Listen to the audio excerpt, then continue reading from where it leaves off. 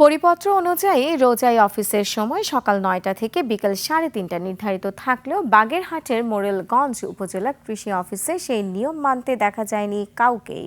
নির্ধারিত সময়ে অনেক কর্মকর্তা কর্মচারীকে অফিসে পাওয়া যায়নি। কেউ দেরিতে আসছেন, আবার কেউ সময়ের আগেই অফিস ত্যাগ করছেন।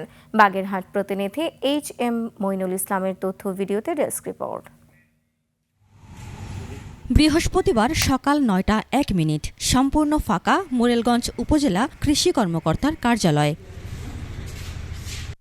এই অফিসে ৮ জন কর্মকর্তা কর্মচারী থাকলেও উপস্থিত ছিলেন ৫ জন, ৩ জন কৃষি অফিসার, একজন দারোয়ান এবং আরেকজন পরিচ্ছন্নতা কর্মী। বাকি ৩ জনের কক্ষ খোলা থাকলেও চেয়ার টেবিল পড়েছিল সম্পূর্ণ ফাঁকা।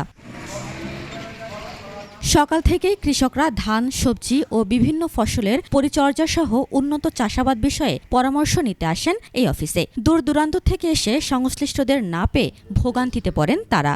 বৃষ্টি নেওয়ার জন্য, পরামর্শ নেওয়ার জন্য, এবং বড় সারে তো আছে, ছোট সারে নাই, এই মাঠে গেছে মনে হয়। আদার চাষের জন্য আমি আসছি, কিন্তু কাগজপত্র দিয়ে গেছি, আমাকে আর কি পরে জানাই দেবে অমুক তারিখে আর কি আদাটা দেবে আর কি। এ সময় উপজেলা কৃষি অফিসারের অনুপস্থিতি নিয়ে সাফাই দেন উপসহকারী কর্মকর্তা। স্যার কেন আসেনি, এটা স্যার বিভিন্ন কার্যক্রম থেকে আমাদের মাঠ পর্যায়ে এবং বিভিন্ন সার ডিলারগণের সার পরিদর্শন করেন এবং মজুদ পরিস্থিতি কতটুকু আছে স্যার এটাও দেখেন।